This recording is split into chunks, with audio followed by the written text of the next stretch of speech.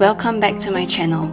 In this video, we will explore the topic of extending grace and compassion towards ourselves. A few years ago, I was in a rather dark place mentally and I decided that something needed to change. So I embarked on a journey of self-discovery and healing. However, as I went into the rabbit hole, there were many hard truths that I needed to accept in order to move forward. One of them was accepting 100% responsibility for everything in my life. And that's a hard one because I have a lot of regrets in my life. My thoughts around those moments were often blaming other people, thoughts like if they haven't forced me to do this, things would be different, or if they had given me another chance, I would have succeeded, and so on. But assuming 100% responsibility for my behavior and the results that accompany it means I have to really look at what happened and see how I didn't fight for what I desired and how I allowed other people's opinion to dictate my life choices.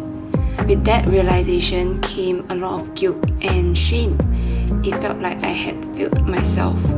I wish I could go back in time and mend those moments. If I could have been a little bit more determined, if I could have been a little more courageous, maybe things would be different. But I didn't. And perhaps the truth was I couldn't. Because if I could, I would have done it, even though it seems like one small step. But the truth was, it felt like the weight of the world was on my shoulder at that point in time. And I must trust that even though it wasn't the best in hindsight, I did my best at that point in time. And to that little girl back then, she really doesn't need any more guilt and blame placed on her. She didn't know any better, and she did the best she knew. And if we wouldn't trust her heart, who will? Through her, I learned to extend grace and compassion to myself.